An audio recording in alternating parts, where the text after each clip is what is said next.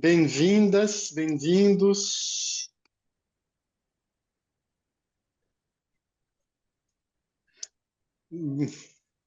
Vamos esperar um pouco, todo mundo ainda não chegou, pessoas chegando, pouco a pouco. Bom dia, gente. Muito feliz de ver aqui pessoas que a gente conhece, muito feliz também de ver pessoas que a gente não conhece. Bem-vindas, bem-vindos. Nós vamos começar nosso encontro em breve.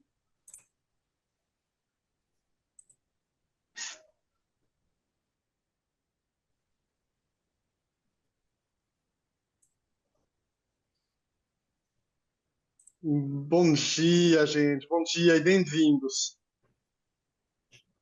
Bom, a gente vai começar pouco a pouco, tranquilamente, esperando as pessoas chegar. Bem-vindas, bem-vindos. E, então, hoje a gente vai ter o prazer e a honra, de receber e de ouvir a Tatiana Gomes. E a fala vai ser para ela em pouco tempo. Antes disso, queria mais uma vez desejar a bem-vinda e a bem-vinda para todo mundo. Meu nome é Benoit, eu sou psicanalista e diretor do Instituto Internacional de Psicanálise. Eh, Queria agradecer imensamente minhas queridas colegas que estão aqui comigo. A Rita, bom dia, Rita, tudo bem? Rita, que trabalha no Instituto. Dorotê querida, tudo bom? Bom dia. Bom dia, tudo ótimo. Bom, então, isso é uma parte da nossa equipe, uma equipe maravilhosa, uma equipe linda, uma equipe fantástica que trabalha muito e que faz que o IP tenha uma vitalidade que que nós temos. É, eu sou branco e atrás de mim tem uma parede com como a gente chama isso? Qual seria a boa palavra, Rita? Azulejos. Azulejos, de tipo português, hein? E eu tenho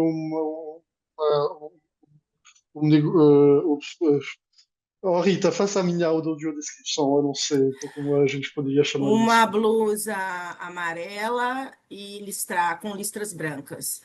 É isso mesmo, eu tenho uma barba e bigode bem, quase branco agora, quase, eu não tenho quase nenhum cabelo. É isso. É, bem-vindas, bem-vindos, pessoas ainda chegando agora. Vamos lá. Antes de dar a fala para Tatiana, Dorothée, você vem na cena comigo. Dorothée, ela vai apresentar para nós formações que a gente está propondo no IP. Formações lindas que a gente vai começar em breve. Tatiana, você é você faz parte da equipe, dos professores este ano. É um início para você. A gente está muito, muito feliz de te acolher nessa linda equipe dos professores. Dorothée, como você está? Está tudo bem? Eu acho que sim, tá tudo ótimo até agora. Vamos tentar compartilhar a tela agora, talvez vai ter outra questão, mas a princípio tá tudo certo. Vamos lá. Bom dia a todos. Obrigado por participar desse evento com a Tatiane Gomes hoje, com o nosso do IP. Eu vou só pedir para todo mundo prestar atenção de bem fechar o microfone. É, Vou prestar atenção também para ajudar a fechar, mas quem puder, pelo menos enquanto agora estou apresentando e que eu não consigo prestar atenção nisso.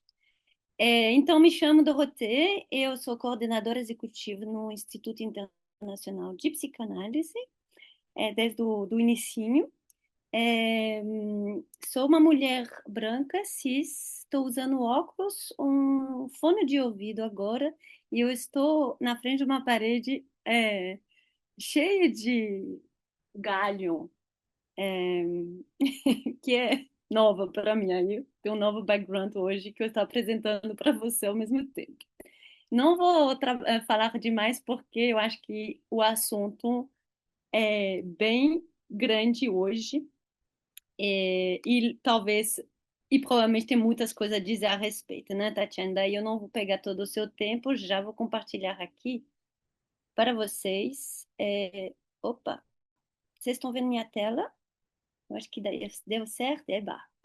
Então, vocês, como o Benoit falou, este ano a gente está oferecendo formações já há alguns anos, mas este ano temos duas formações que eu vou mostrar para vocês. Já tem pessoas aqui na sala que eu estou vendo que já vão começar agora, sexta-feira, conosco, porque sim, começa essa sexta-feira, gente, não é brincadeira. Sem pressa, pode pensar com calma, pode fazer sua inscrição, que tá, ainda tem vagas, por isso que eu estou apresentando. É, então, tem uma formação que chama Fundamentos para uma Psicanálise Contemporânea. Vou começar com ela, que é uma formação 100% online, de setembro até agosto de 2026, com duração então de um ano. Essa formação está aberta para todos que têm interesse na psicanálise, não somente quem tem esse desejo um dia de ser psicanalista, não, mas também para quem já tem muitos anos de percurso na área. Na programação, como eu vou mostrar para você, é muito amplo. Vocês vão poder perceber que tem professor dos quatro cantos do mundo, mas também estudante dos quatro cantos do mundo. É, é, as aulas estão traduzidas todas com profissionais, tradutor simultâneos, em português, inglês, francês e língua de sinais, caso alguém precisa. Temos profissionais trabalhando com Libras também. Agora, para começar o programa, eu acho que ele não está querendo abrir, e aí isso está me incomodando um pouco. Ah, eu que não cliquei direitinho. Então, temos aulas todo mês da história da psicanálise.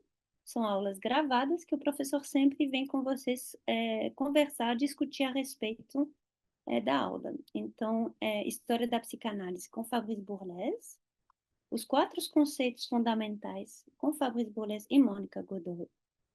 Aulas sobre Freud através dos textos, com três professores, Judith Butler, Laurie Lofer e Jeren Koruslan. Os 20 primeiros seminários do Lacan, que vão ser oferecidos por nosso diretor Benoît Bouteiller, que acabou de conversar com vocês. Também tem sempre uma conversa depois de cada aula que vocês vão ver. Mas também temos aulas como que fala? Ao vivo, né? Inclusive aquela de você, Tatiana, né? Vai ser uma aula ao vivo, que a gente colocou dentro de um guarda-chuva que chama Psicanálise e Mundo Contemporâneo. Temos aulas com Jalil Benani, Decentrar a Psicanálise, sobre raça, gênero e classe, com Jacques Conceição, do Brasil. O Gozo Posto-Humano, com Fabrice Bourlez. O Espectro do Autismo, com Thales Travassos e Tatiane Gomes. Aulas sobre as estruturas psíquicas. Aulas todo mês, que tem um professor que vem abrir a clínica para fazer a construção de um caso clínico. E para fechar, cada 2 meses temos um tempo de escuta para aprofundar algumas questões ou para responder algumas dúvidas que que poderia surgir durante as aulas. Como eu disse, é tudo online, todas as aulas estão sendo gravadas, pode ser vista e revista, revista não, né?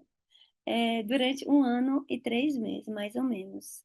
Então, aqui todos os professores que eu mencionei, tem uma pessoa fazendo lindos desenhos na minha tela. E eu acho que é isso. Em breve, assim que eu termino a apresentação, eu coloco para vocês no chat as informações para fazer as inscrições, caso vocês desejam, ou para fazer perguntas que eu vou fazer junto com minha colega Carol. Um prazer para responder as dúvidas que vocês puderem ter. Mas aí eu passo esse link agora, vocês pegam o tempo necessário para passar. Rapidinho, passando para outra formação, que essa aí tem mais ou menos o mesmo formato, que é 100% online, duração de 1 ano também. A diferença é que todas as aulas estão ao vivo, todas as aulas também estão gravadas e traduzidas nas mesmas línguas que eu comentei anteriormente. O programa, não, o público-alvo aqui é um pouquinho diferente, seria mais para um público que já tem uma clínica, uma prática clínica em psicanálise, ou que já passou por formações no IP.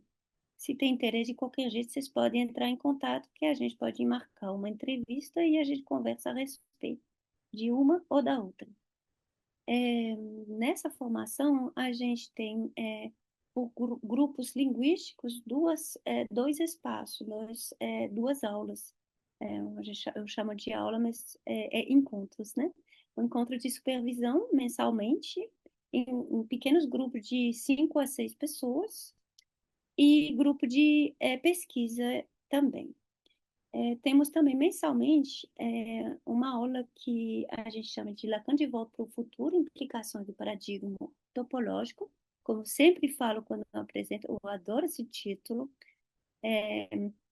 Onde que tem 3 professores, Jed Wilson, Marta Marciano e Mônica Godoy, que vão colocar em paralelo a clínica deles com os últimos Lacans. Então, mais focado com a topologia. Temos as aulas em comum com a outra turma, da construção de caso clínico, e temos uma aula oferecida todo mês, durante 9 meses, por Jed Wilson, sobre as técnicas psicanalíticas, que vocês podem ver aqui embaixo do programa. Deixarei ver vocês com mais calma, se vocês desejam. Temos uma aula também com o Benoît Bouteiller, que então seria, na outra formação, seria do seminário 1 a 20, e aqui seria do seminário 21 a 27. Eu acho que é isso. Eu desejo para vocês uma ótima conferência, palestra agora com Tatiana, e não incomoda se vocês querem uma pequena pergunta sobre qualquer coisa da formação. A gente vai se dar um prazer em responder vocês e acolher vocês com carinho. Ótimo, ótimo. Muito obrigado, Dorothée, pela apresentação dessas duas formações. Muito obrigado mesmo. Tatiana, então, Tatiana, antes de começar, eu falei para Tatiana que era um prazer e uma honra para nós de receber Tatiana hoje. Tatiana, eu vou te deixar te apresentar. O que você queria compartilhar com a gente para falar de você, do seu percurso? Eu acho que eu posso começar então fazendo a minha audiodescrição. Eu sou uma pessoa não binária e branca, utilizo óculos de grau, tenho cabelo castanho cacheado, mais ou menos até um pouco acima dos ombros. Atrás de mim tem uma parede branca, cortinas também brancas, alguns quadros que eu faço colagens também, além das tiras.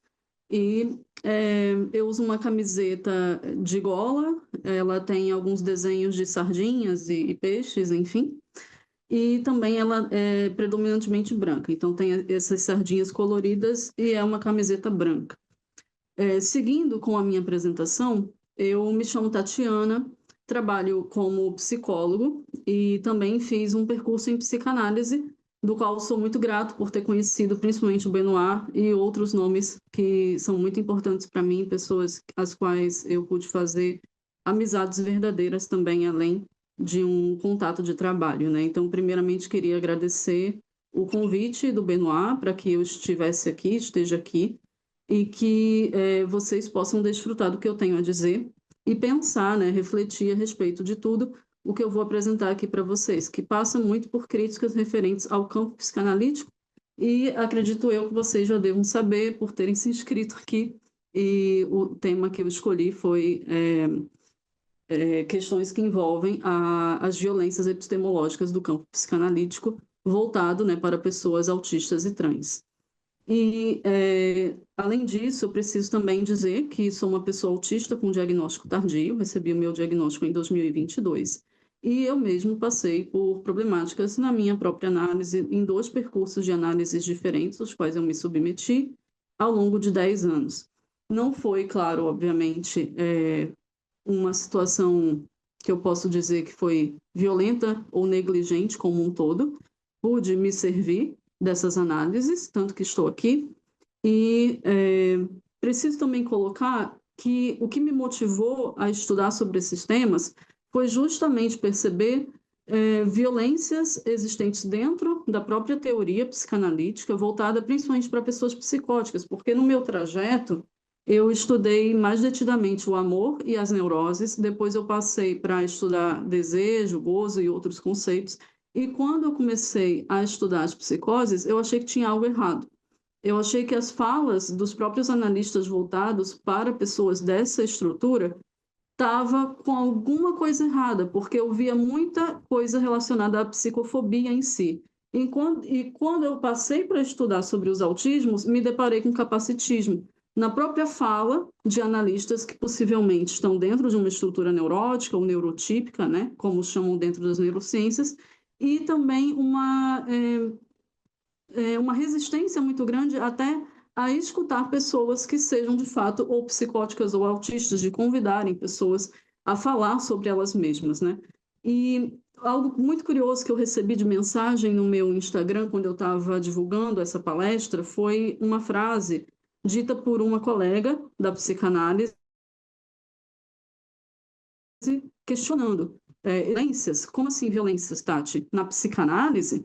E aí eu achei muito curioso isso, porque é como se a gente não esperasse de fato encontrar na própria psicanálise, né, uma teoria que se diz bastante acolhedora e diferente e despatologizante como um todo, violências de fato, voltadas para pessoas psicóticas, autistas, trans, etc., né, minorias. Mas a gente encontra, sim. A gente encontra racismo, às vezes velado, às vezes aberto, a gente encontra psicofobia, capacitismo, tudo isso, porque a psicanálise ela não deixa de estar atravessada pelo laço social, pela cultura. Os próprios analistas, eles são pessoas acima de tudo, não são objetos vazios, né? Enfim, esvaziados de subjetividade, e por isso acabam tecendo comentários e fazendo interpretações em cima da própria teoria que a gente vai vendo construções bastante problemáticas, e é sobre isso que eu vou falar aqui hoje, mais voltado para pessoas autistas e trans, né? E daí o que que se passou, né? O que que eu estou chamando de tem algo errado aqui na forma com que a psicose, autismo, etc., está sendo apresentado. A clínica estrutural, pelo que eu fui estudando nesses últimos anos, ela acaba abordando as estruturas que não são as neuroses a partir da própria neurose. Então, é uma visão que eu passei a ter fazendo a leitura dessa clínica lacaniana, né, estrutural, porque envolve muito trazer o Édipo à tona, trazer conceitos que muitas vezes se encaixam até que bem nas neuroses, mas quando se fala de psicose e autismo, parece que está se perguntando o seguinte, eu até escrevi aqui, eu tenho um texto seguindo meu texto, tá, gente? Então, vamos lá. Parece que questionam o seguinte, o que faltou ao psicótico para ele ser neurótico? Parece que é essa a pergunta. E aí vai se falando, faltou o nome do pai, faltou o desejo tal, faltou tal coisa e tal coisa e tal coisa, então é sempre a partir de um negativo. E o mesmo se dá quando se fala do autismo. Quando se fala do autismo, parece que faltou uma mãe que desejou o bebê, parece que faltou uma mãe que não deu um holding específico, parece que faltou tudo, e aí, portanto, a estrutura autística se deu. Então, a gente tem conceitos psicanalíticos trabalhando em prol de visões capacitistas, psicofóbicas, e construções assim em volta de estruturas que eu posso dizer que são dissidentes. Elas são estruturas dissidentes por natureza, né? Sendo assim, como que elas poderiam ser lidas e interpretadas de um outro modo? Como que se fala sobre psicose hoje sem que ela esteja atrelada à neurose, sem que a gente fale que faltou o nome do pai, sem que a gente fale que o outro da psicose não foi barrado, ou sem que a gente invente de dizer que o psicótico não passou pela castração ou qualquer coisa nesse sentido. A gente tem também na psicanálise uma repaginação da mãe geladeira, que não foi uma teoria proposta por um psicanalista, mas foi endossada por um e endossada por vários ao longo dos anos. E aí, o que acontece? Na mãe geladeira, a gente teria uma mãe que não desejou o filho o suficiente para que ele não fosse neurótico, né? Porque no final das contas é isso que está sendo dito. E na repaginação, a mãe geladeira 2.0 é o seguinte: é a mãe que impediu o sujeito autista a ascender aos significantes. Então, vejam como é uma problemática de todo modo. Parece que vão sendo feitas torções e torções e torções, porque simplesmente as pessoas não querem jogar no lixo, de fato, e sem resto de preferência, esse tipo de fala. Porque é, ao meu ver, o que deveria ser feito na psicanálise para que a gente tivesse novas colocações de fato, né? Deveria se jogar no lixo, não tendo resto algum disso, colocando isso como parte de uma história. Olha, gente, aconteceu, está no passado e de fato fica no passado, não vamos retornar com isso eternamente? E aí, outra coisa na construção do autismo como uma quarta estrutura é que o autista ele passa a ser colocado numa posição muito inferior. É quase como se dizer mesmo, é uma estrutura arcaica. O autista está na linguagem, mas ele funcionaria através de signos, ele não ascende ao significante. O autista passa a ser o bebê, quem recusa as trocas pulsionais. Então, ao invés de ser a mãe o problema, ou o grande outro materno, ou como queiram chamar, passa a ser o bebê. Então, é o bebê quem recusou, é o bebê quem não está ali tendo uma troca satisfatória e neurótica. Porque, no final das contas, quando se fala que não deu certo alguma coisa, está se dizendo que a atipicidade ela é um problema por si mesma e ela não precisaria ser vista como um problema.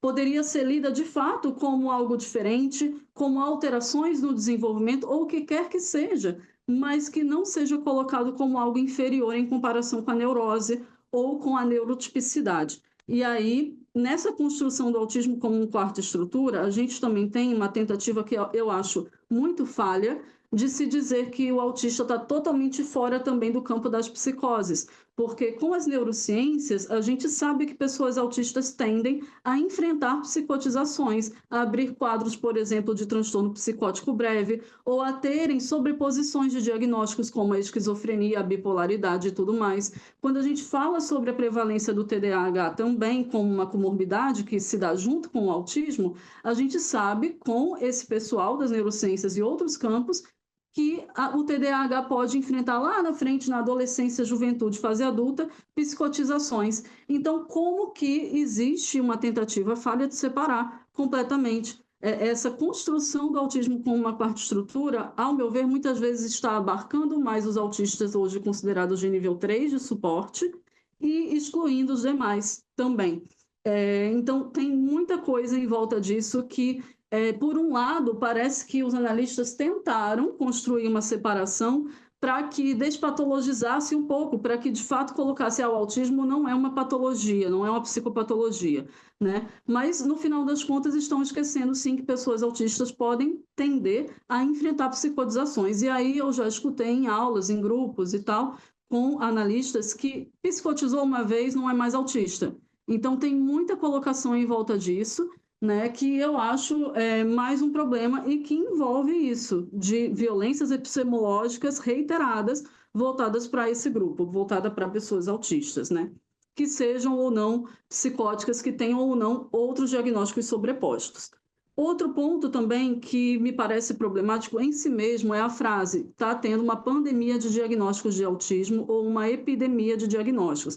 Ela por si mesma deveria ser rechaçada, porque está trazendo uma visão capacitista e já patologizante também, porque se os analistas estão dizendo que ser autista é uma forma de estar no mundo, como um funcionamento igual a qualquer outro, como neurótico, psicótico ou o que for, por que usam frases que são tão problemáticas em si mesmas? Por que estão associando autismo à doença? Peraí, Porque... gente. Oi? Ah, pronto. Então, eu me faço muito essas perguntas quando ouço esse tipo de frase e também as frases voltadas para o diagnóstico de autismo está ocorrendo em excesso. Que excesso é esse, gente? Porque se a gente for parar para pensar que são pessoas socializadas enquanto meninas e mulheres que estão recebendo seus respectivos diagnósticos há 5 anos atrás, começaram a receber esses diagnósticos, por que tanta problematização em torno disso? Quando a gente tinha mais meninos recebendo os diagnósticos de autismo, inclusive de Asperger, como antes era, antes da mudança no DSM, não tinha tanta problematização, não se falava em excesso de diagnóstico. Mas agora que são mulheres que estão recebendo diagnósticos que estão sendo revistas, inclusive, pelos próprios psiquiatras, neuros, equipes multidisciplinares, dentro dessa parte toda dos seus laudos, aí vira uma problematização também, né? Porque na maior parte das vezes a gente tem diagnósticos de bipolaridade sendo dados para mulheres autistas, às vezes elas nem estando nesse espectro da bipolaridade. A gente tem de borderline também, e no final das contas esse tipo de discussão ela não se dá no campo psicanalítico. Não se fala sobre essas injustiças, esses erros diagnósticos que são feitos também em nome da psiquiatria, por exemplo. Se está falando, se está se ocupando com isso, do excesso de diagnósticos. Mas a gente tem outro ponto, outro recorte que eu já trouxe em outros momentos, em outros espaços nos quais eu estive, que é o quê? Cadê as pessoas negras recebendo seus diagnósticos e pessoas de baixa renda, de classes sociais diferentes? Elas não estão, gente, elas não estão recebendo. Na maior parte das vezes a gente tem, inclusive, uma confusão em torno disso. Pessoas negras, homens ou mulheres, tendem a receber até o diagnóstico de deficiência intelectual no lugar de autismo, sendo de fato pessoas autistas.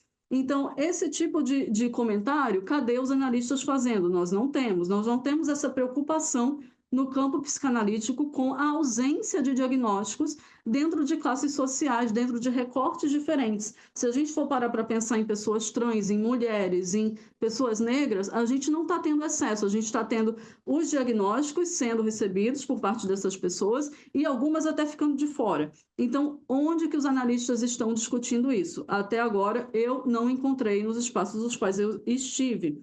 E aí é até difícil falar disso, porque existe uma narrativa prevalente de que a gente estaria diante de um excesso de diagnóstico, de uma banalização de diagnóstico e tudo mais. E aí, ao meu ver, isso poderia ser contornado, de fato, escutando autistas, não só lendo biografias de pessoas autistas internacionais, escutando autistas brasileiros mesmo, e tentando entender a partir de outro lugar, e não somente do trono que os psicanalistas ficam sem se retirar dele, né?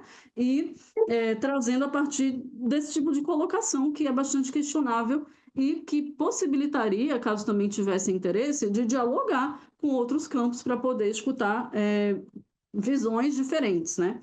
E aqui, com base nisso também, eu trago para vocês uma recomendação, não de autobiografia de autista internacional, mas de autista brasileiro mesmo, que na real é uma mulher negra que sofreu violências em suas respectivas análises também. O livro dela se chama Não é Fácil Cair na Frente de Alguém. O nome dela é Lilian de Paula e Deus. E eu recomendo muitíssimo que vocês acompanhem a narrativa que ela vai construindo a partir de uma personagem autoficcional, mas que traz elementos muito importantes que não só ela viveu. Ó, Benoit está mostrando aqui na tela a capa do livro, é um livro bege com uma mulher negra saindo das águas e tem em cima o título, Não é Fácil Cair na Frente de Alguém, e o nome da autora embaixo.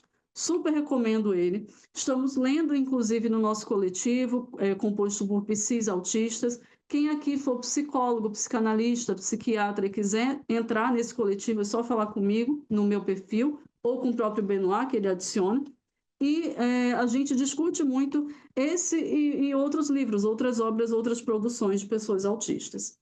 E agora eu preciso continuar aqui também a partir do que eu coloquei, né? Que é muito curioso todas essas críticas voltadas para a psiquiatria, porque no final das contas é a própria psiquiatria quem está trazendo à tona esses diagnósticos, se a gente tem uma ideia de que a própria psicanálise trabalha com arcabouço diferente, com hipóteses diagnósticas diferentes também, podemos considerar que o TEA, o transtorno do espectro do autismo da psiquiatria, não é o mesmo autismo da psicanálise, e essas palavras continuam circulando como se elas fossem a mesma coisa. Existe no sistema de saúde pública psicanalistas impedindo que pessoas autistas tenham acesso aos seus diagnósticos.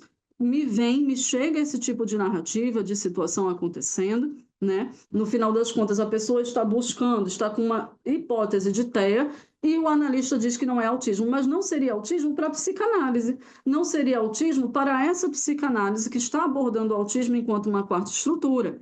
Mas para a psiquiatria, estamos num campo ou outro que lida com a questão a partir do fenômeno, a partir do comportamento, a partir de outras questões. Então, os psicanalistas, eles não são ignorantes nesse ponto, eles sabem disso, mas mesmo assim ficam apontando que a gente está diante de diagnósticos errados e mal feitos e tudo mais, sendo que são campos diferentes, com teóricas também que vão ser diferentes, que vão sustentar os argumentos de uma maneira distinta, e que, ao meu ver, o autismo da psicanálise, esse da quarta estrutura, ele envolve muitas vezes dizeres que passam por considerar que todo e qualquer autista se fechará em si mesmo, se isolará em si mesmo, não estará diante de trocas funcionais de uma forma minimamente interessante, falam até a palavra arcaico para dizer disso. Então, é um autismo completamente outro, distinto realmente do transtorno do espectro do autista para os psiquiatras. Sendo assim, a gente, ao meu ver, deveria estabelecer um outro diálogo em cima disso, né? E eu preciso também seguir agora com a parte das transidentidades, então eu vou apresentar como que elas se dão para a psicanálise e tentar fazer uma costura no final com o tempo que eu tenho. Bom, a transidentidade para a psicanálise de orientação lacaniana, ela tem um histórico bastante controverso também e delicado, que envolve dizer que transgêneros e transexuais seriam pessoas com soluções sintomáticas ou com um próprio sintoma também ali, ser transgênero seria considerado um sintoma, ou mesmo um desvio que necessitasse de conserto. Quando a gente tem, na própria teoria da psicanálise, o Édipo como base, que é uma narrativa cis heteronormativa por natureza, a gente já tem uma problemática que envolve deixar de fora a queergeneridade, as transidentidades e tudo mais. Então, levando isso em consideração, seria necessário uma repaginação dessa história do Édipo para poder se falar sobre castração ou qualquer outra coisa, sem que torções também sejam feitas, no sentido de, estamos falando de função materna e qualquer pessoa de qualquer gênero pode desempenhar essa função. Ou então, estamos falando de função materna, qualquer pessoa, qualquer figura de qualquer gênero também estará podendo exercer essa função. Isso quando a gente não está no campo da linguagem chamando isso de, né, uma estruturação por via de linguagem. E isso, para mim, já é um problema, porque como que pode dizer que um homem estabelece uma função materna? Como pode dizer que uma mulher estabelece uma função paterna, se são nomes que já são generificados por natureza? Então, tudo isso que envolve falar sobre masculino, feminino, mãe, pai, desejo materno, todos esses nomes, eles, ao meu ver, também deveriam cair por terra dentro do campo psicanalítico, justamente para abarcar uma queergeneridade e a possibilidade, de fato, dessa teoria estar diante de subjetividades, né, diversas e estar construída, assentada em preceitos outros, em situações outras diferentes dessa, né? E aí, no final das contas, a não binariedade, as identidades trans, todo guarda-chuva que envolve falar que a pessoa tem um terceiro gênero, está numa outra possibilidade de expressão de gênero, fica completamente apagado. Porque quando a gente tem torção em cima de torção, tentando manter a palavra édipo no topo, tentando falar sobre esses processos, sempre de uma maneira cis heteronormativa, isso está excluindo famílias homoafetivas e famílias diversas que vão se formando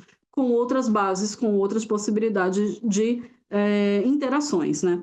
E, no caso, uma coisa também que se dá para quem começar a estudar sobre transidentidade pelo viés psicanalítico, vocês vão ver em quase todos os artigos, o desrespeito voltado para o uso dos pronomes. Se estamos diante, por exemplo, da apresentação de um caso clínico composto por uma mulher trans, essa mulher trans será chamada de homem, essa mulher trans será apresentada com pronomes masculinos, será sempre referida a partir desse lugar, do sexo mesmo anatômico, coisa que muitas vezes é rechaçada pelos analistas quando a gente fala sobre corpo biológico, sobre organismo e tal, mas parece que é seletivo. É muito seletivo esse rechaço. Na hora que querem fazer o uso dele, fazem uso dele. Então, mulheres trans vêm sendo, por vezes, em artigos científicos, teses e dissertações de psicanálise, apresentadas como sendo homens, e o inverso disso também se dá em casos clínicos, quando se tem homens trans no meio, normalmente eles são tratados no feminino. Seus nomes fictícios, também criados pelo próprio pesquisador, são apresentados a partir de outro lugar. Então,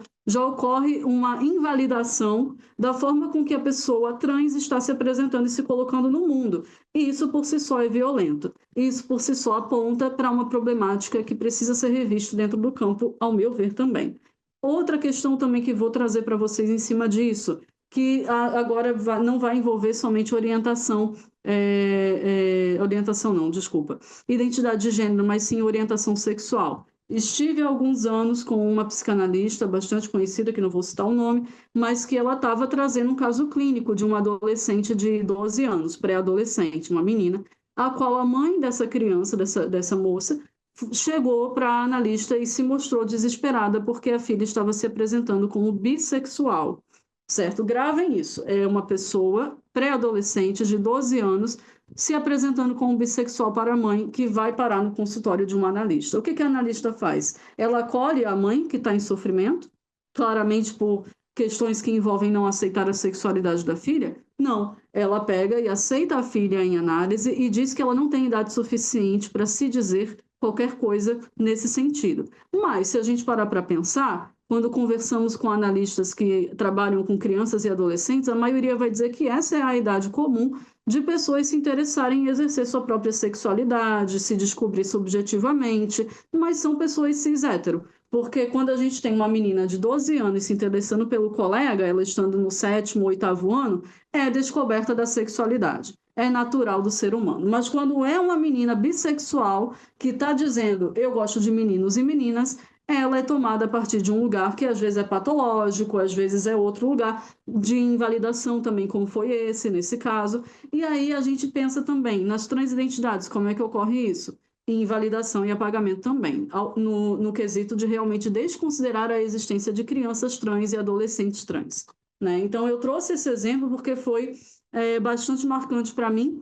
Ninguém falou nada na aula, ninguém discordou dessa pessoa e a vida continuou normalmente. Parecia que ela estava realmente correta nas suas colocações em como conduzir esse caso.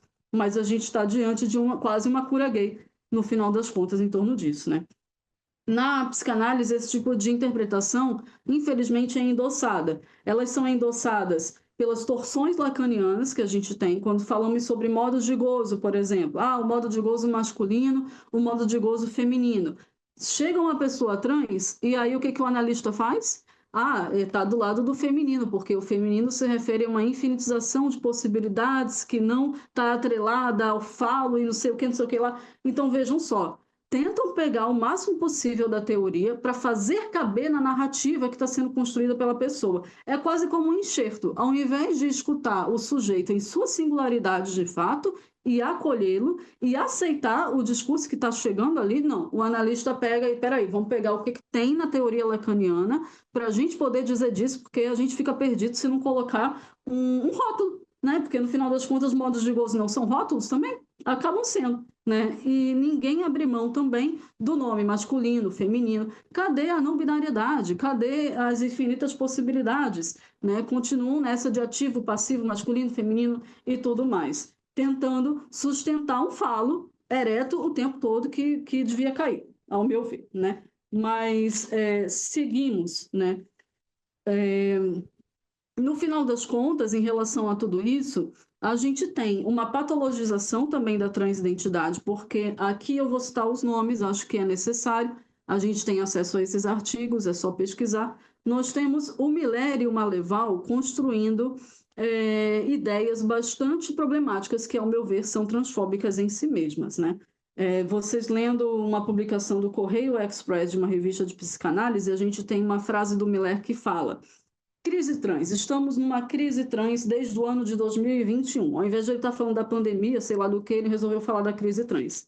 E aí, existe nessa psicanálise, que envolve o que esses autores estão trazendo, Maleval, Miller, a tentativa de categorizar pessoas trans em transgênero e transexual, sendo o seguinte: o transgênero seria, a partir dessa psicanálise, explicado como um espectro amplo, onde se situariam pessoas que se identificam ou escolhem expressar-se em um gênero diferente do atribuído ao nascimento. podendo envolver uma certeza ou dúvida, e podendo haver transição social, corporal ou não, e também ser mais fluido. Ou seja, inclui aqui não binários, inclui gênero fluido, inclui esse pessoal, que não teriam uma certeza absoluta ou firmeza ou sei lá o quê, segundo esses autores, segundo Miller e Maleval.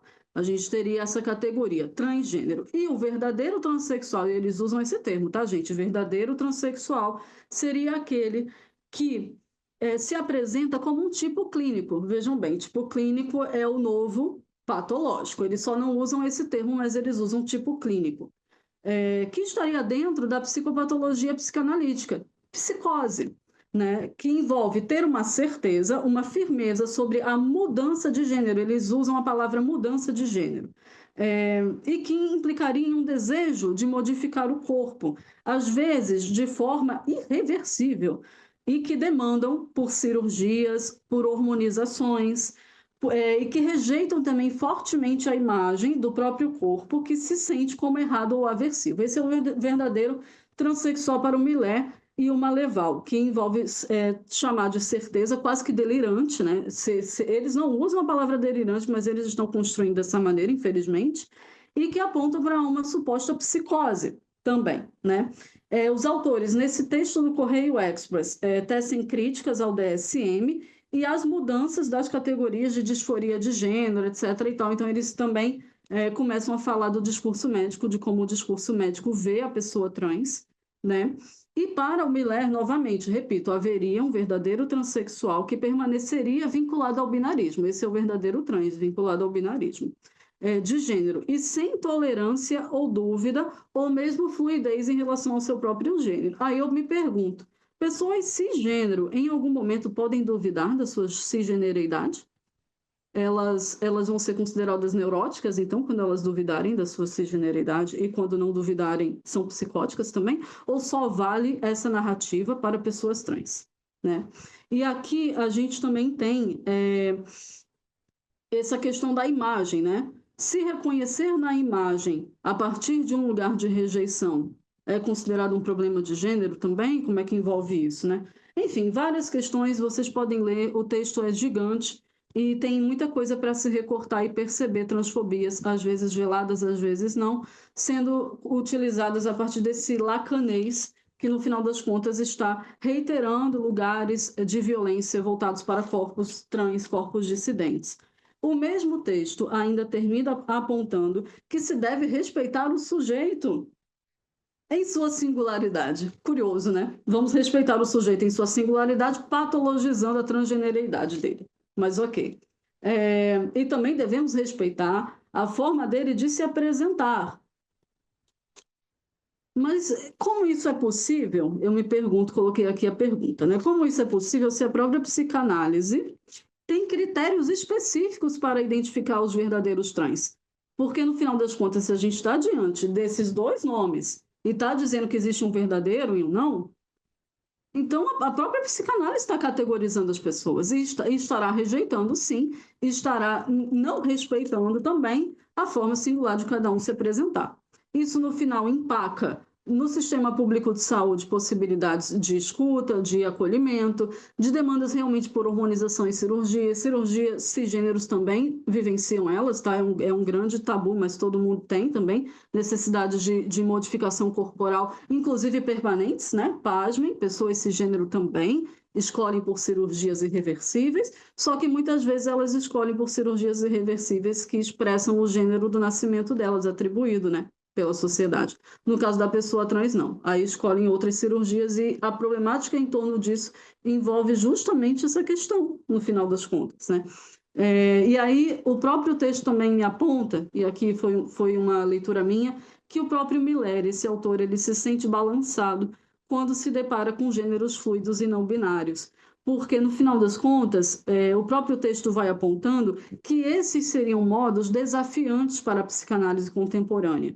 Esses são formas de existência que colocam em xeque conceitos da psicanálise, o da diferença sexual, o da estrutura fálica, às vezes o do próprio inconsciente e outros tantos que sustentam a própria teoria desde então, né, desde os seus primórdios.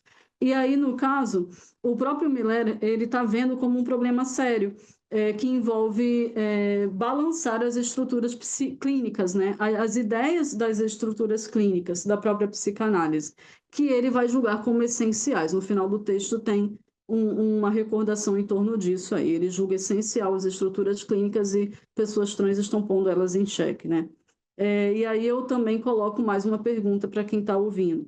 Mas não era o próprio Freud quem afirmava que, frente aos avanços tecnológicos, científicos ou questões diferentes que se apresentem no laço social, na sociedade, caberia à própria psicanálise rever seus conceitos, né? Se reestruturar de outra forma, excluir conceitos que podem estar realmente não conversando com o que está sendo apresentado na clínica e tudo mais. Tem uma pessoa no chat perguntando qual o texto que eu estou falando. O texto, ele se encontra no Correio Express, de uma revista de psicanálise. Se você colocar diferenças entre transgêneros e transexuais, Miller e Maleval, possivelmente vai aparecer na busca inicial do Google esse texto. Ele é relativamente recente porque fala dessa tal crise trans aí de 2021. E aí, que mais? Eu também coloco aqui que é irônico que nesse texto, eu acho que no primeiro parágrafo, a pessoa que escreveu fala o seguinte: Miller nos convocou a trabalhar, ele convoca os analistas a trabalhar quando ele fala sobre crise trans. Aí eu botei aqui, que trabalho é esse que os analistas se dizem convocados a fazer se eles continuam a se manter resistentes? Na verdade, gente, parece um trabalho de manter o status quo acontecendo, manter as narrativas psicanalíticas de pé, sem qualquer modificação. Que tipo de trabalho é esse? Né? Trabalho de resistência, né? E aí, uma outra coisa também que envolve essa parte da transgeneridade e até dos diagnósticos de autismos, e aqui eu vou tentar começar a fazer uma costura desses dois temas, é que na psicanálise a gente tem uma ideia de que tanto o diagnóstico de autismo quanto nomes pertencentes a grupos minoritários ou pessoas trans e LGBT de modo geral seriam consideradas nomeações. Elas seriam nomeações sintomáticas ou estabilizadoras, organizadoras para o sujeito. Então, existe uma ideia nessa psicanálise que envolve verificar isso. E a orientação que normalmente recebemos, né, enquanto analistas, é que não podemos nem aceitar, nem rejeitar de cara as nomeações que cada um vai escolhendo para si. Sejam elas essas ligadas ao laço social, né, que seriam advindas do grande outro, ou quaisquer outras. Mas, ao mesmo tempo, se existe essa orientação, por que que as nomeações mais rejeitadas envolvem isso, da pessoa chegar e se dizer trans, se dizer autista a partir de um relatório médico, ou qualquer coisa? Por que que elas acabam quase sempre sendo rejeitadas de cara, né, por parte da maior parte dos analistas? E até colocadas na conta do imaginário. Na psicanálise lacaniana, para quem vem de outra linha, a gente teria o real, o simbólico e o imaginário. E normalmente essas nomeações, elas são colocadas na conta do imaginário, por elas, segundo os próprios analistas, não conferirem uma amarração de fato nesses três registros, digamos assim, né? Eu acho que eu consigo sintetizar melhor dessa forma. E eu vou dar um exemplo disso. Eu li um artigo que fala sobre um caso de uma mulher negra que chega na própria análise, se colocando a partir desse lugar, denunciando o racismo sofrido ao longo da vida dela. E o que a analista que escreve esse artigo fala? Ela fala que essa pessoa construiu para si um grande outro violento, contribuindo imaginariamente para que a própria paciente estivesse sendo colocada nesse lugar de dejeto. E aí eu me pergunto, que interpretação esdrúxula é essa? Assim, porque, né, no final das contas, se a pessoa está denunciando uma violência que ela sofre reiteradamente ao longo da vida por conta da pele, ou qualquer outra característica corporal, por que que isso é colocado na conta do imaginário ou mesmo de uma construção fantasiosa? Não faz sentido. É novamente um artigo que aponta para uma violência epistêmica. E isso não pode ser colocado na conta de eu li errado, eu não passei pela minha análise ou pelas minhas análises de uma forma até chegar num determinado ponto de entendimento, porque eu já escutei isso. que eu tirei de contexto, que eu interpretei errado e coisas do tipo, ou que eu preciso de mais tempo de análise para entender melhor a teoria e tecer comentários. Mas se vocês pegarem esse artigo para ler, é surreal. Em quase todos os parágrafos, alguma frase que envolve violência, que envolve invalidação, que envolve uma coisa assim que eu fico de cara, em nome de uma teoria. Porque no final das contas se fala sobre isso. Era uma nomeação que servia como bengala para o sujeito. A gente precisa reverter isso, precisa tratar de outro modo. Até essa frase ela é capacitista em si mesma, né? De colocar a bengala como algo que, sei lá, não serviria como um suporte de fato, ou seria qualquer, né? Não sei, não me parece adequado também colocar dessa maneira qualquer tipo de nomeação que cada um utilize. E aí, falar também de grupos minoritários como soluções sintomáticas com TH é mais uma tentativa de enxerto psicanalítico em cima de uma coisa que não precisava, porque no final das contas isso também envolve esquecer o real do corpo, né?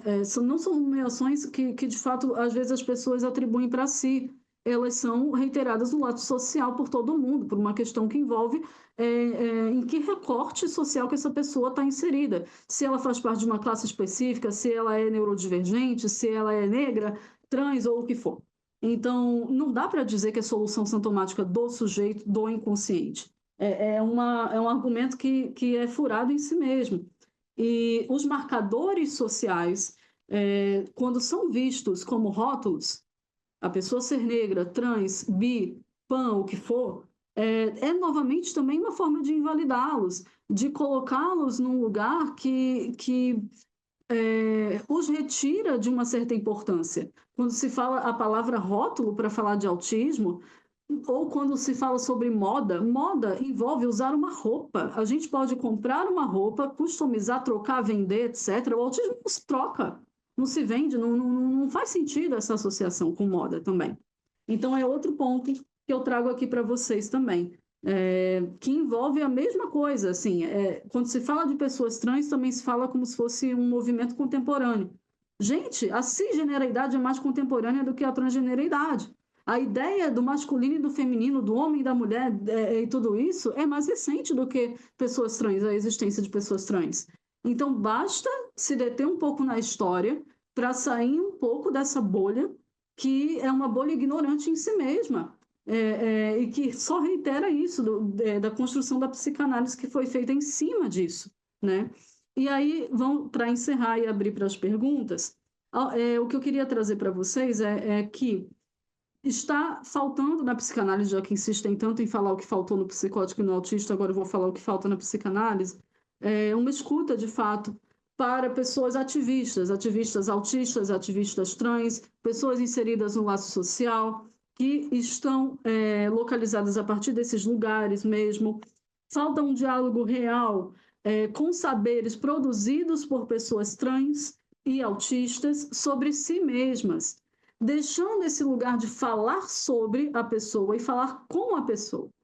É uma mudança assim, simples. Vamos parar de falar sobre o vizinho, sobre o fulaninho, e chamar o fulaninho para falar dele mesmo, sem, inclusive, ficar nessa pira por autobiografia internacional, porque é uma pira. Só ler autistas internacionais é excluir autistas brasileiros, e a gente tem uma grande produção de autistas brasileiros, fazendo autobiografias ou não, fazendo obras outras, assim, pessoas que trabalham com arte, com stand-up de comédia, com outras produções artísticas mesmo, e a psicanálise não pega esse tipo de produção para ler, para se inteirar, para conversar, nada.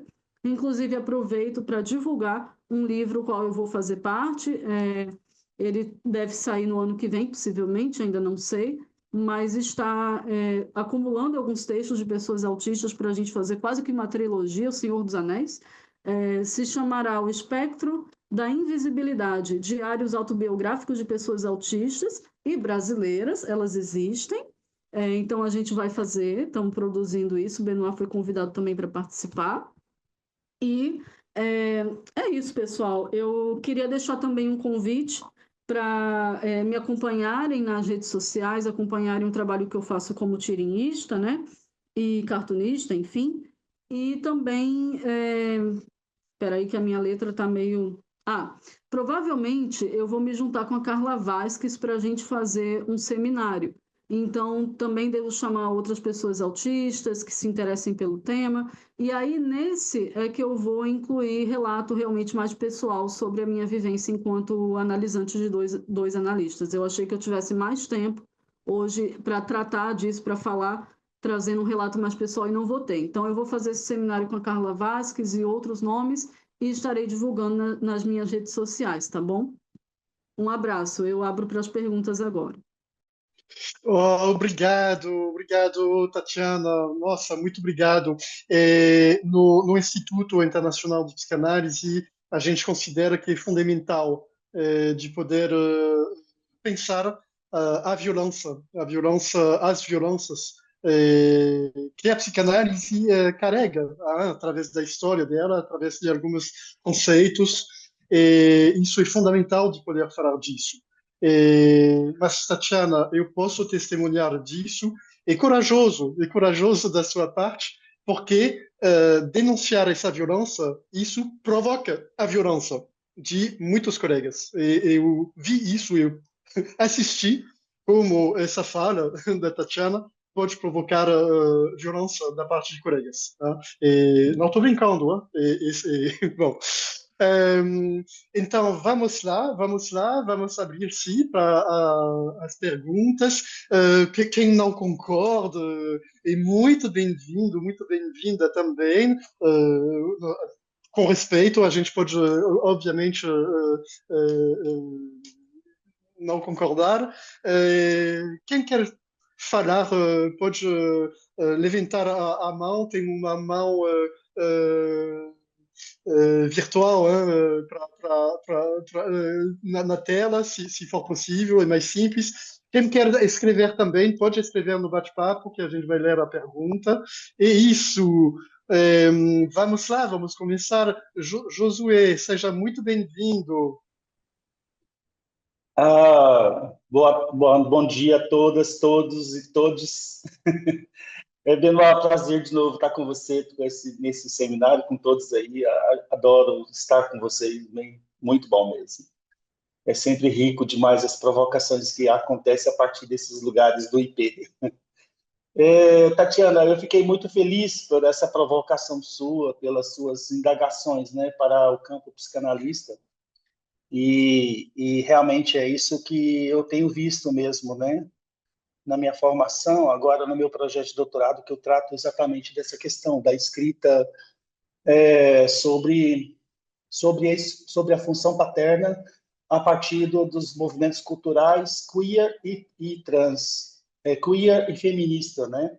Onde eu vou falar exatamente disso, eu vou provocar um pouco essa questão sobre a escuta da psicanálise, né? Que se perdeu no tempo, né? Eu vejo que existe aqui eu fiz uma anotação aqui, que existe aqui uma questão que é a escuta transgredida, na minha observação, né? A escuta que é transgredida no processo da escrita. Quando os psicanalistas eles saem do lugar da escuta, parece que eles não escutaram de fato. Quando a escuta naquele momento é uma escuta para produzir a descoberta, a autoafirmação da identidade dissidente, ela parece que se perde nesse propósito e tenta encaixar ou normatizar o sujeito da escuta, que está sendo escutado, né? É interessante isso que você está falando mesmo, e a partir de que, então, assim, penso que nós temos uma proposta realmente de retomar essa, essa questão muito cara para a psicanálise, que é a escuta, né? E refletir um pouco sobre como que a gente pode realmente garantir que a nossa escuta seja uma escuta dissidente, né? Então é isso.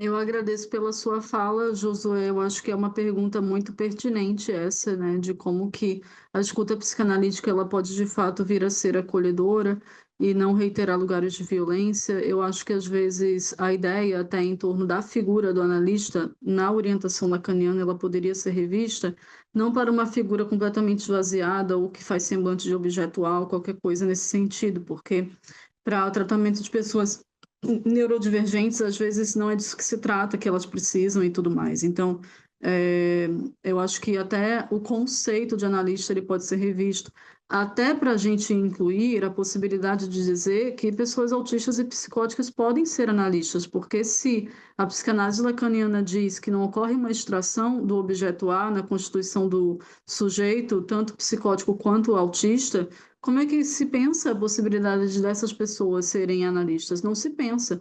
Eu já escutei que eu não poderia ser analista, então, né, por ser autista enfim. Então, é muito delicado tudo isso. Ocorre uma exclusão de saída quando a gente tem a ideia de sujeito somente ligada às neuroses. Na construção do autismo de quarta estrutura, nem se pensa o sujeito, enquanto um conceito. Se fala em fala-se, né? Então, já é problemático em si mesmo. Como que alguém que não se constitui como sujeito, então pode estar na função de analista que faria semblante de A? Já é uma função que não caberia à pessoa autista ou à pessoa psicótica.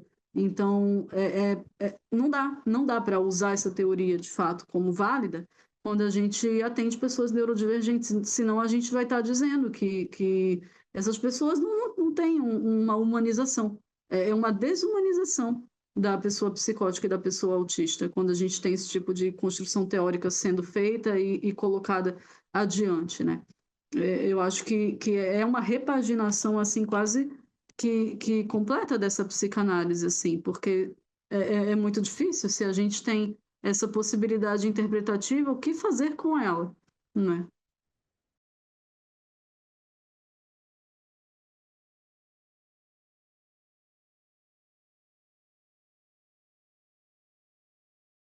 Algumas pessoas colocaram no chat que queriam alguns artigos que eu citei, e eu confesso que eu nem anotei o nome deles aqui, porque eu vou pensando e anotando, e aí ficou uma coisa meio bagunçada, mas eu vou selecionar esses artigos, colocar todos numa pasta de Drive e disponibilizar para quem falar comigo aqui no direct do Instagram das tirinhas. E aí eu coloquei também o meu Insta, né, o arroba, é só falar lá que eu mando o link da pasta do Drive e nela vão ter todos os artigos que eu utilizei para embasar minha fala.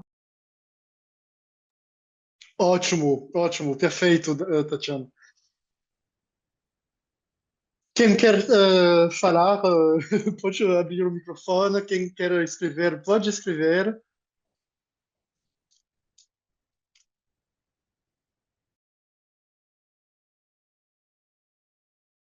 É, duas perguntas rapidinho. Bom dia a todos e todas, todos, todes. É, você tinha mencionado um grupo no início e eu acabei não conseguindo pegar. Aí, se você puder falar um pouco mais sobre esse grupo de novo. E uma outra pergunta, assim, bom, estudando sobre psicanálise e racismo também e outras questões, acho que compartilho muito do que foi dito, das denúncias, enfim, acho que nem preciso reforçar isso e o quanto eu tô feliz de ouvir essa fala tão potente, assim. Mas queria saber como é que tem sido hoje, assim, nas buscas para você, se você tem encontrado, para além do IP, né, pensando assim, mas você tem encontrado lugar na psicanálise, assim. E aí, quando eu digo isso, é assim, realmente produções que estejam sendo um pouco mais progressistas, que estejam escutando o sujeito na sua diversidade de fato, assim. Isso tem aparecido enquanto pesquisa, ou isso ainda está. Porque eu lembro muito do meu início de pesquisa sobre a questão do racismo e a dificuldade que eu tinha de achar material mesmo para estudar, pensando dentro da psicanálise, né? E aí é uma relação que para mim não é fechada, isso do dentro e fora da psicanálise. Eu acho que a psicanálise precisa mesmo dialogar com todos os campos, mas pensando nesse campo que às vezes didaticamente precisa ser um pouco mais específico, né? Como tem sido para você esse encontro com as produções?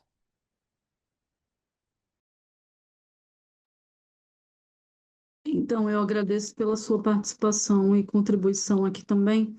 E digo que o grupo que eu citei é o coletivo Psis Autistas. Eu criei ele para integrar pessoas que sejam psicopedagogas, psicanalistas, psiquiatras, tudo que tenha o diagnóstico formal de autismo, sendo de qualquer nível de suporte, e que possam estar participando e encontrando com a gente. Normalmente a gente se encontra uma vez por mês, online, e o grupo é um grupo de WhatsApp. Então, quem quiser, inclusive, falar comigo lá no direct do Tati Tots, eu posso estar adicionando por lá e apresentando novos membros. A gente está, se eu não me engano, atualmente em 13 pessoas. Eu fiz até um vídeo de divulgação desse momento aqui com vocês, né, para o IP. A Doroteia, ela divulgou, e no meu vídeo eu falo que 11, eu acho que são 11 dentre as 13 pessoas, os 13 membros desse coletivo, já passaram por violências em consultórios de analistas, principalmente no momento em que recebem o diagnóstico tardio de autismo.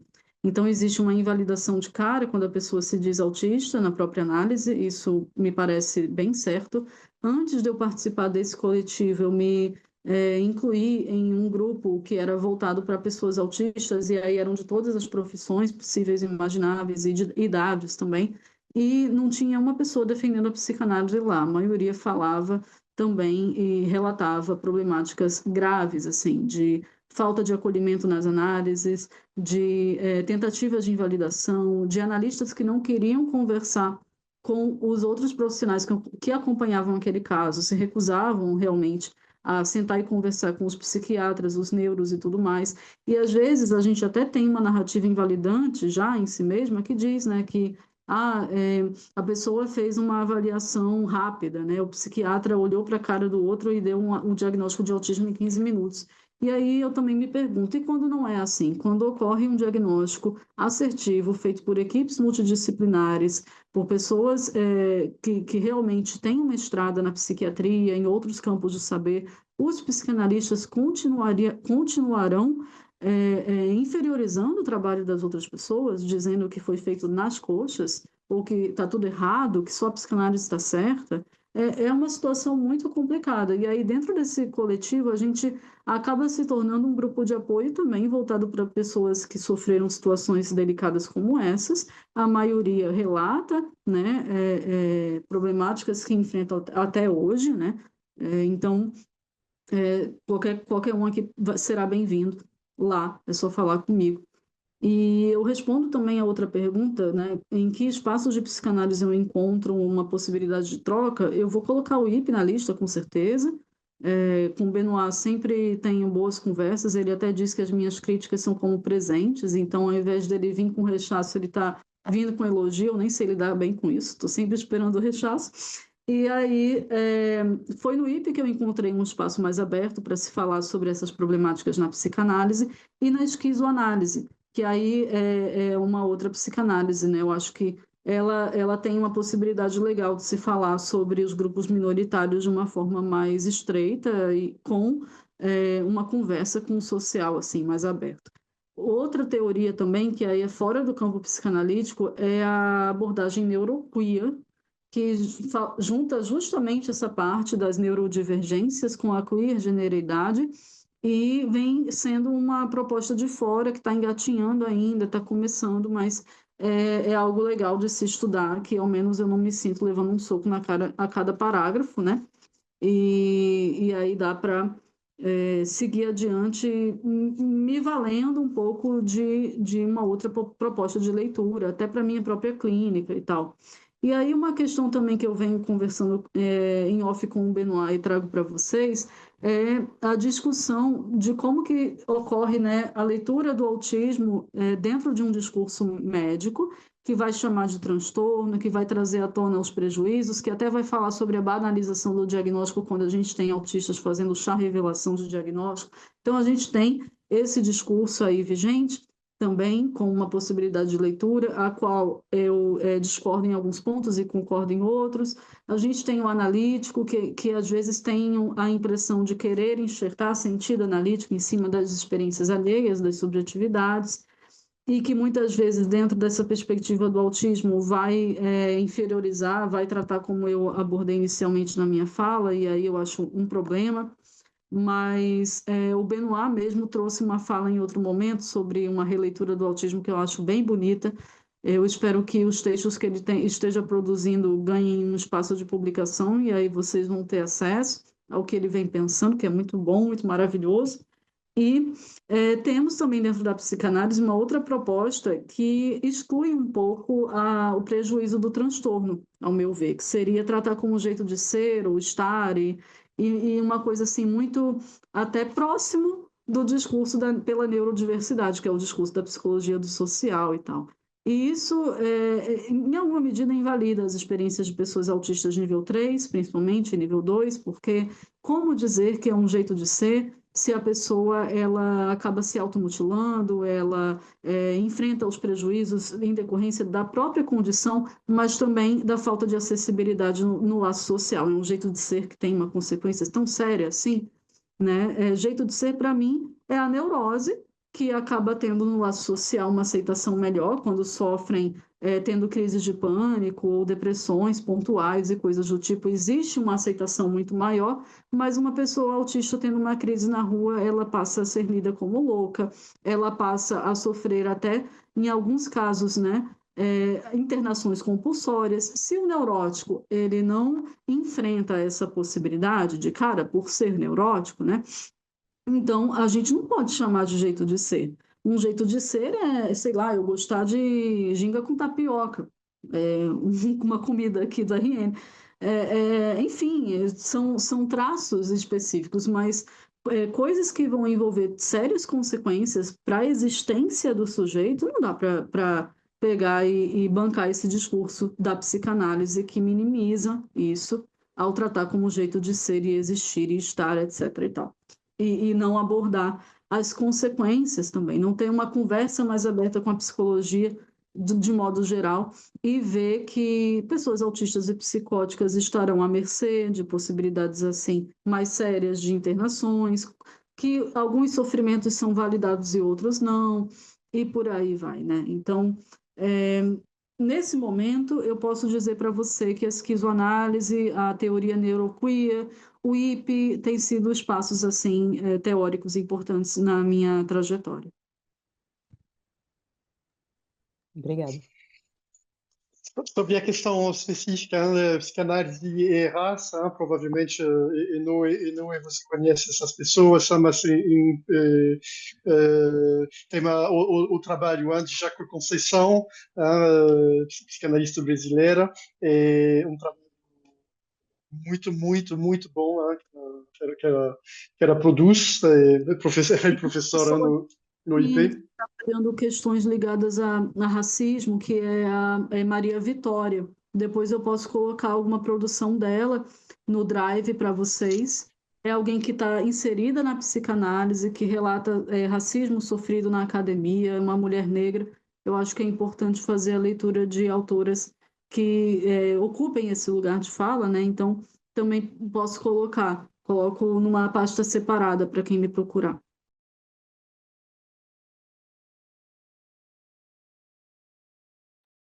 Mas eu acho que a gente teria muito, muito, muito ainda para fazer sobre esses assuntos e ainda muito, muito pouco, pessoas produzindo sobre esses assuntos.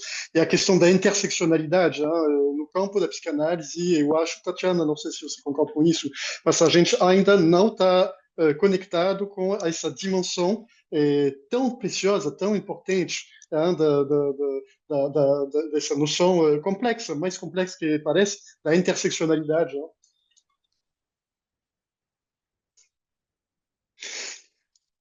Gente, nós temos ainda um pouco de tempo juntos.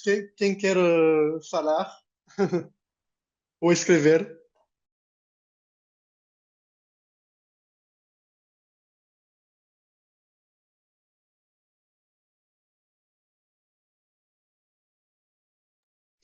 É muito óbvio isso, mas mesmo uma pessoa que está descobrindo essas questões, esses assuntos, vai estar muito, muito, muito, muito, muito bem-vinda. Né? Não tem perguntas bobas ou rasas, não tem.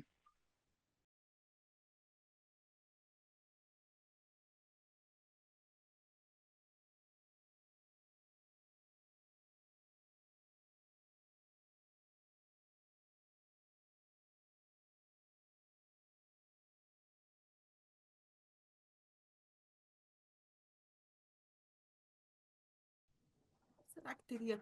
Boa tarde, todos.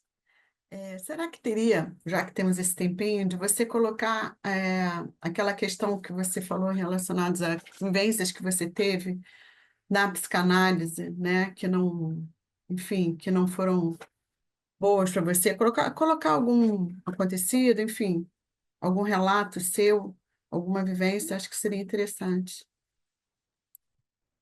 Eu agradeço por perguntar, Moema, e eu acho que o meu relato em relação a isso acaba sendo semelhante à das pessoas que fazem parte do coletivo que eu citei, né?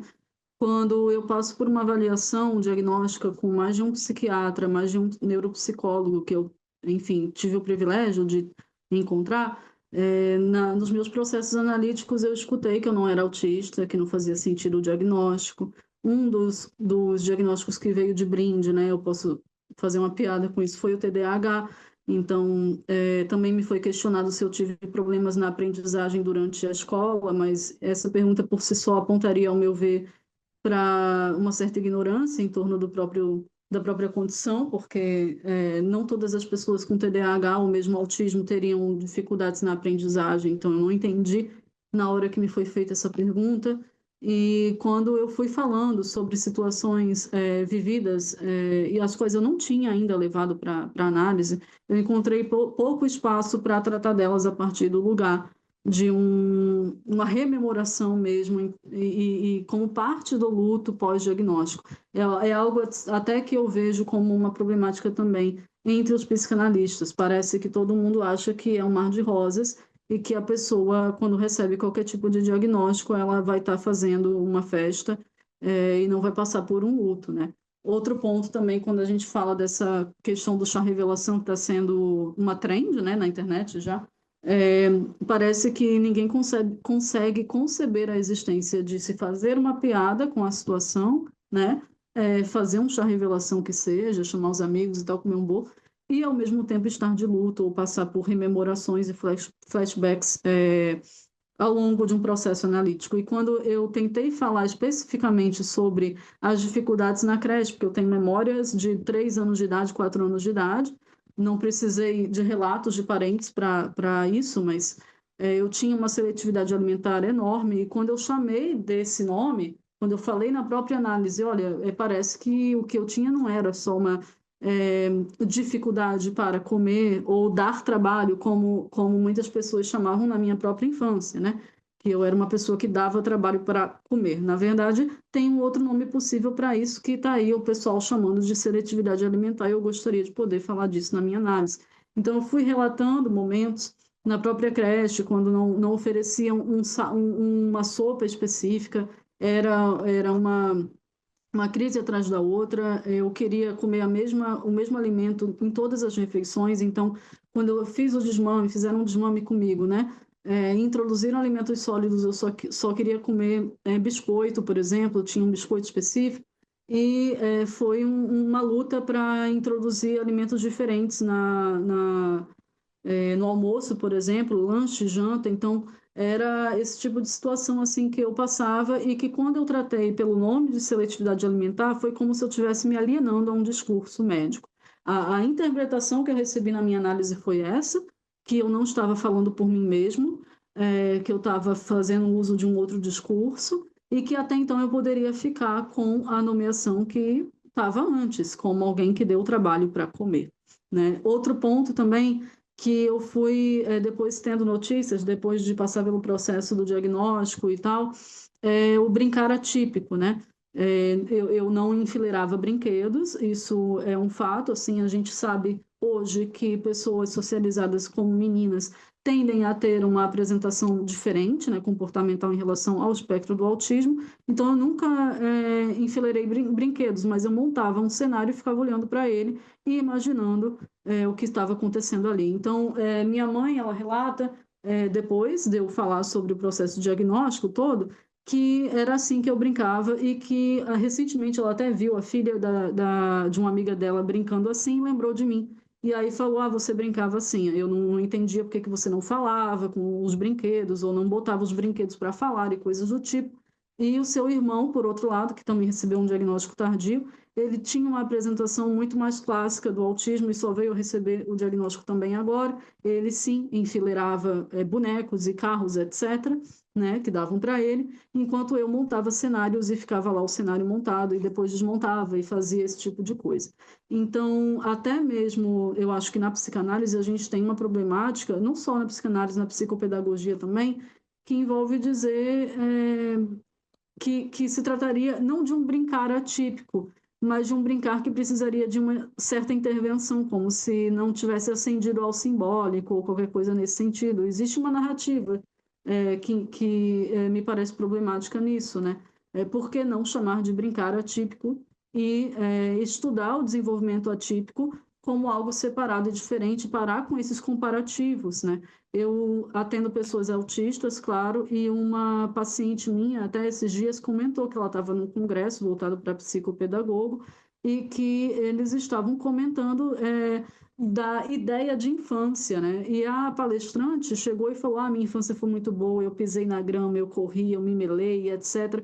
E a minha paciente chegou e falou: como que eu ia me melar, como que eu ia até dar as mãos para outras crianças numa roda se eu tinha sensibilidade sensorial, tátil, se eu não conseguia dar as mãos para mãos suadas. E aí, quando ela falou disso, eu só lembrei também de mim, porque eu não dava as mãos, eu lembro de ter, né, recusas em relação a isso, numa roda, etc.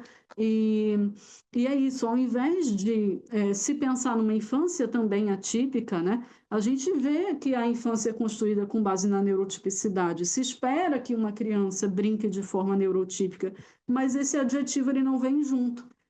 Se fala da criança como um ser universal e neurotípico, se fala da infância também dessa maneira, e aí as crianças atípicas acabam que, né, quando brincam, brincam de uma forma estranha, brincam de uma forma diferente, e não da maneira como se espera dentro do próprio espectro, né? Porque é esperado.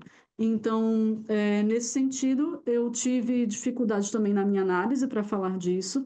Eu passei pelo luto, eu posso dizer, sozinho, com acompanhamento mais de amigos e outras possibilidades. Demorei um certo tempo depois que eu recebi o relatório de 30 e poucas páginas, 40 e poucas páginas e tal, para sair da análise. Eu ainda insisti em tentar ficar, em tentar estabelecer um diálogo e tudo mais, não deu certo.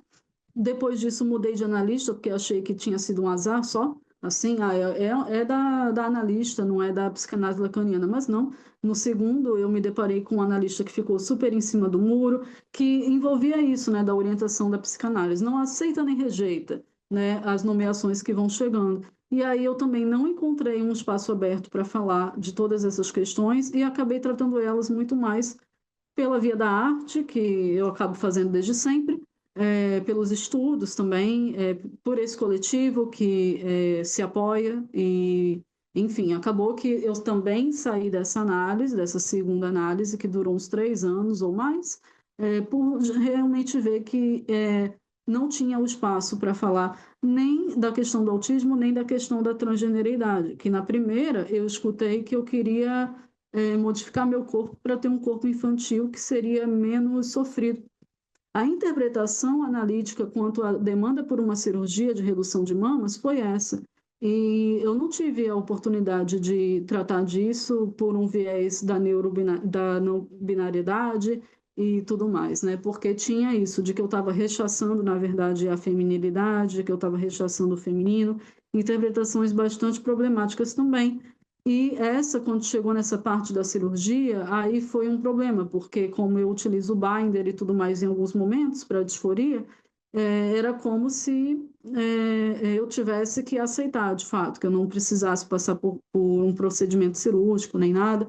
E essa interpretação esdrúxula, né, de queria um corpo reto, né, um tórax reto e infantil, me pareceu violenta em si mesma também, porque se tratava de uma pessoa, uma analista que sabia de abusos que eu sofri na infância, físicos, psicológicos e tudo mais, e que não fazia o menor sentido trazer essa associação de que na infância eu fui mais feliz e queria ter um corpo infantil. Não faz sentido, porque eu nunca estive tão bem na fase adulta, em comparação à infância, sinceramente, que fique para trás, né? Então, não deu realmente para sustentar essa análise tendo tantas invalidações. Quando eu falava desses assuntos, era como se eu estivesse diante de uma pessoa que não conseguia acolher, ouvir e tudo mais. Na questão trans também foi colocado na conta de uma identificação, se falava em identificação. Nossa, é muita coisa. Eu preciso organizar isso para trazer em outro momento. É muita coisa mesmo.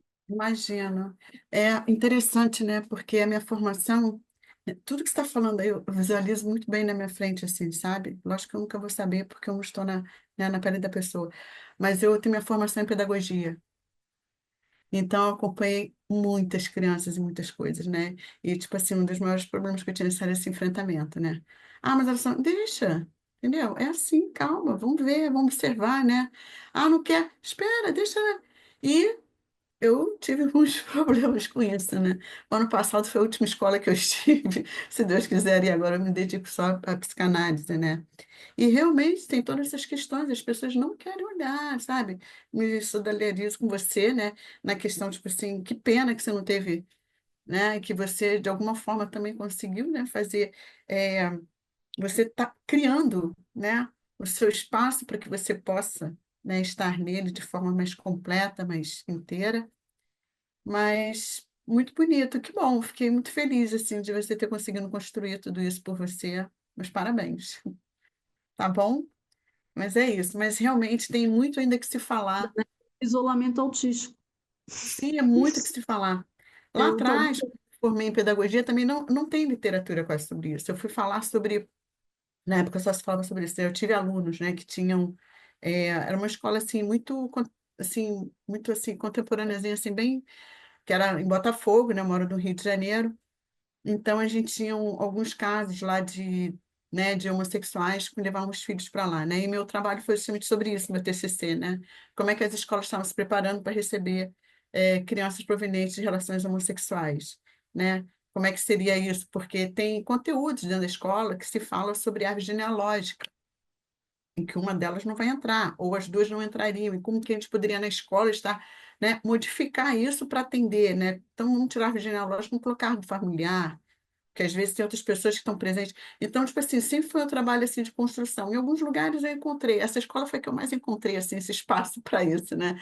Depois eu acabei indo para outras e vi que realmente não caberia mais. Mas é, é isso, que bom que você, que pena que você teve que passar por esse processo, mas de alguma forma você conseguiu, é, como é que eu posso dizer, reconstruir isso, né? Tipo assim, você se validou de outra forma, né? Que bom que você teve estrutura para isso, que tem um caminho bem lindão aí pela frente. Uhum. Ótimo, muito obrigado, gente. Só para lembrar, então, Doroteia apresentou as duas formações que vão começar em breve, breve, breve. A gente oficialmente encerrou as matrículas segunda, dia 8, mas tem ainda algumas vagas, Doroteia, então quem quer fazer a inscrição vai ser possível. A gente pode marcar um horário para uma conversa, para ver tudo isso. Vocês vão poder, nessa formação, ter aulas com Tatiana, mas também com outros professores maravilhosos, maravilhosas, eu acho.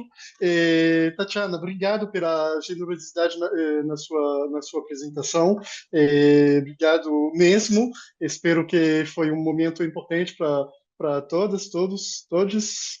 A gente Dorothée tem muitas informações, isso não é isso mesmo. Podem me acompanhar nas nossas redes sociais, a gente organiza com muita frequência encontros. O IP é um espaço de formação, mas antes de tudo, é uma comunidade onde a gente, eu acho que todo mundo entendeu, onde a gente faz essa aposta que é possível construir uma psicanálise viva e contemporânea.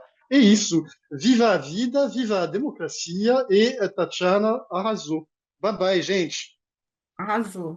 Parabéns. Obrigada. Obrigada, gente. Bom dia para vocês.